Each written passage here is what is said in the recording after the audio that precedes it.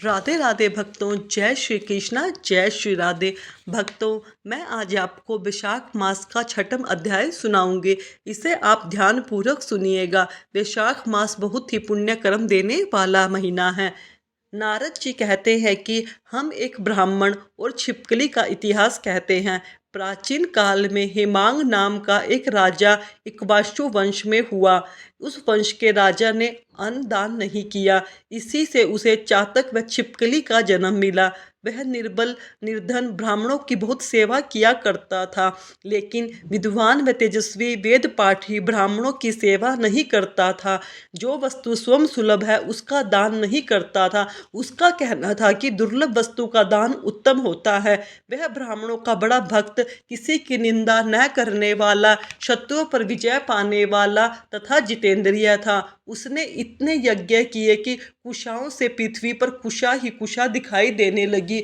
उसने गोभूमि तथा सुवर्ण दान देकर अनेक ब्राह्मणों को प्रसन्न किया। कोई ऐसा दान नहीं जो उसने ना किया हो, परंतु कभी वैशाख मास में जलदान नहीं किया। वह कहता है कि अलभ्य वस्तु का दान करने का फल है। जल तो सहज ही लभ्य है, अर्थात कि जल तो सहजता से ही मिल जाता है।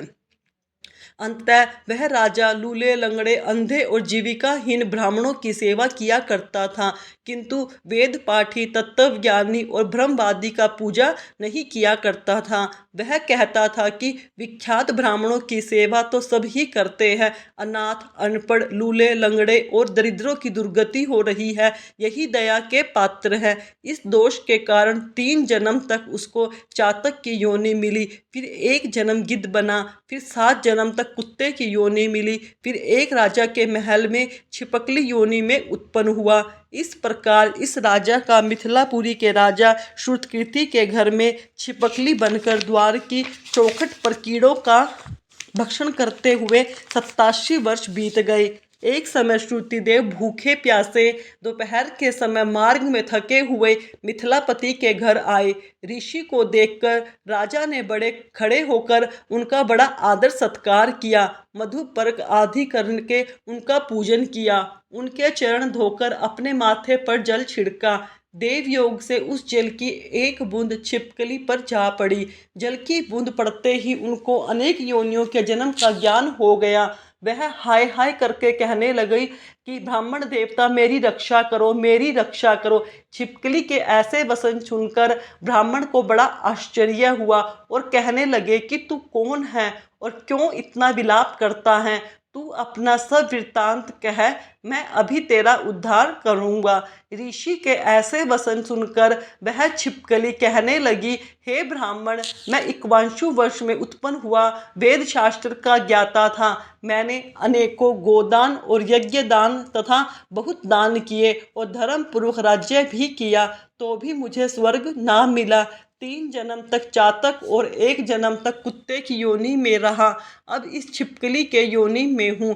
यह राजा आपका चरणोदक छिड़क रहा था, उसकी एक बूंद मुझ पर गिर गई, जिससे मुझे पूर्व जन्मों का वृत्तांत स्मरण हो गया और मेरे अनेक पाप नाश हो गए। मुझको 28 जन्म तक छिपकली की योनि भुगतनी पड़ी, सो मैं इन जन्मों से डरता हूँ। अब आप कृपया करके मेरी यह दशा कैसे हुई। तब ऋषि ने अपनी ज्ञान चक्षु द्वारा सब कुछ जान लिया और कहने लगे कि मैं तुम्हारी बुरी योनि का कारण बताता हूँ, तुम ध्यान देकर सुनो। तुमने भगवान के प्यारे वैशाख मास में कभी जल दान नहीं किया। तुमने जल सुलभ जानकर यह समझ लिया कि यह तो बिना मूल्य ही मिलता है और धूप व मार्ग के प्यासे ब्राह्मणों को जलदान नहीं दिया। महात्माओं की अवज्ञा इस लोक और परलोक दोनों में दुखदायी है। सज्जनों की सेवा ही धर्म, अर्थ, काम और मोक्ष देने वाली है। इस प्रकार बहुत से कर्तव्य अकर्तव्य को नहीं देखते। जैसे मंद आदमियों की संगति से कुछ फल नहीं मिलता, वैसे ही तीर्थ और मूर्तियों से भी तत्काल कुछ फल नहीं मिलता, परंतु महात्मा तो दर्शन मात्र से ही पवित्र कर देते हैं। साधु सेवा से कोई सज्जन दुखी नहीं होता। तुमने न तो जल दान किया, न साधुओं की सेवा की, इसी कारण तेरी यह दुर्गति हुई है। अब मैंने जो वैशाख में पुण्य किया है वह तेरे को दूंगा, उसी के फल से तेरी शांति होगी। इससे तेरे भूत भविष्य वर्तमान तीनों कालों के कर्मों से संस्कार दूर हो जाएंगे।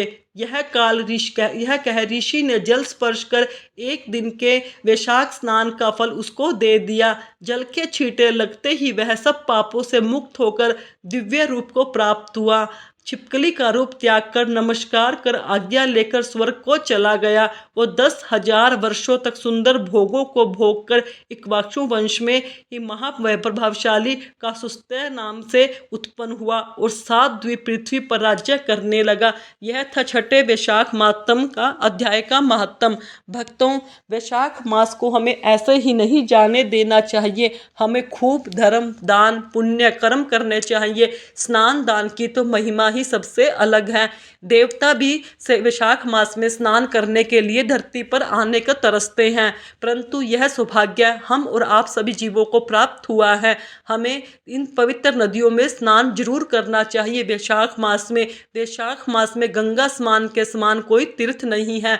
भक्तों, जीवन क्षणभंगुर है, जीवन दिन पर दिन घटता जा रहा है। हमें आज का पता है, कल का कुछ भी पता नहीं है। इसलिए भक्तों, अपना ज़्यादा से ज़्यादा समय भगवान की भक्ति और नाम सुमरण में लगाया करो। यह आपको पता है और मैंने भी कई बार बताया है, कलयुग केवल नाम आधारा, सुमर सुमर जग उतरे ही पारा। इस संसार रूपी समुद्र से मनुष्य केवल कलयुग में अपने नाम जाप से ही पार हो सकता है और कोई इसका साधन नहीं है। केवल नाम मात्र ही एक इसका साधन